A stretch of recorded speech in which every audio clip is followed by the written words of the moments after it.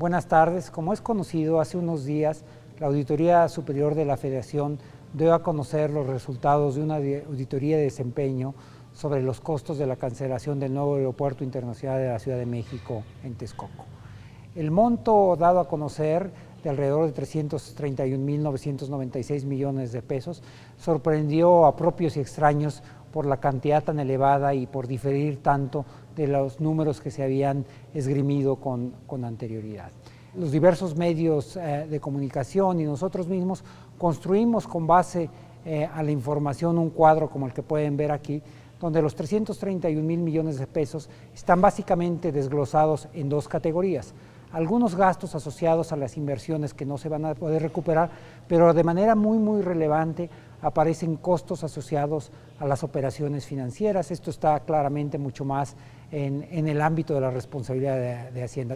En primer lugar aparecen costos por la liquidación de la fibra E, un instrumento de cuasi capital que había sido emitido en marzo del año 2018, y después los costos de cancelación de alrededor de 50.000 millones de pesos de un bono, más se suman los costos de los bonos en circulación por alrededor de 168.000 millones de pesos. El total de estos costos son alrededor de 253.000 millones de pesos, que representan más o menos el 75% de todo el costo asociado a la cancelación que es reportado por la Auditoría Superior de la Federación.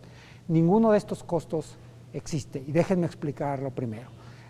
¿Por qué? En primer lugar, como mencioné, estos bonos ya habían sido emitidos, de tal forma que ya eran deuda del Estado mexicano. Los bonos fueron emitidos en 4 series, 2 de esas series fueron emitidas en septiembre del 2016, las otras 2 series en septiembre del 2017, y finalmente la fibra fue emitida alrededor de marzo del 2018. Pero además el auditor, claramente quien preparó esto, confundió las operaciones netas de las operaciones brutas. Déjenme darle un ejemplo muy sencillo de cómo podemos entender esto. Pensemos, por ejemplo, que hay una persona que se llama Juan, que solicita 100 pesos a una amiga, Sofía, y lo que hace con estos 100 pesos es depositarlos en su cuenta bancaria.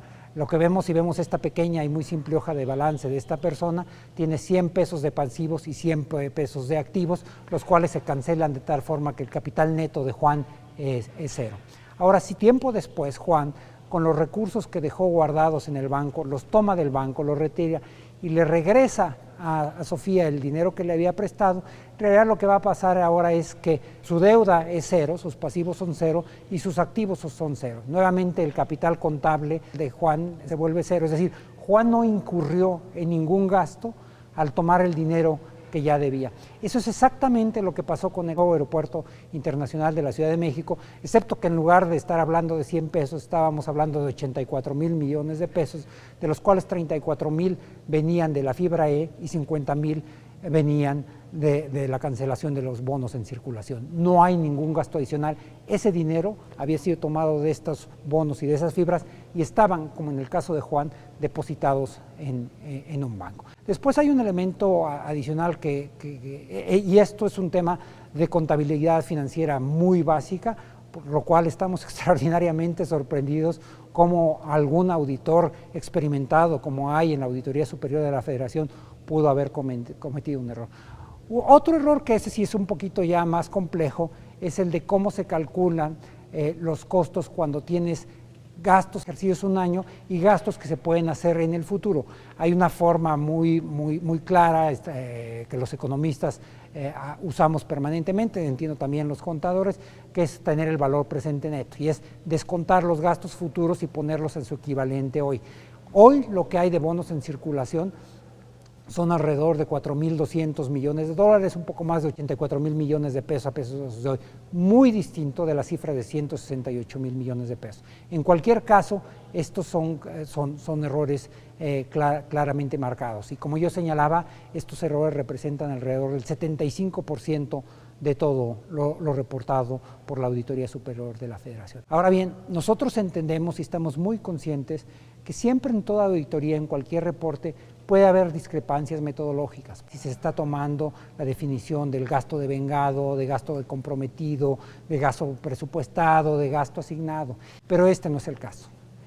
En el caso del reporte de la Auditoría Superior de la Federación, fueron la no utilización de criterios contables básicos y con criterios financieros extraordinariamente elementales. Eso es difícil de entender en proveniente de una institución extraordinariamente experimentada, y por ello nosotros no sabemos muy bien a qué se debe.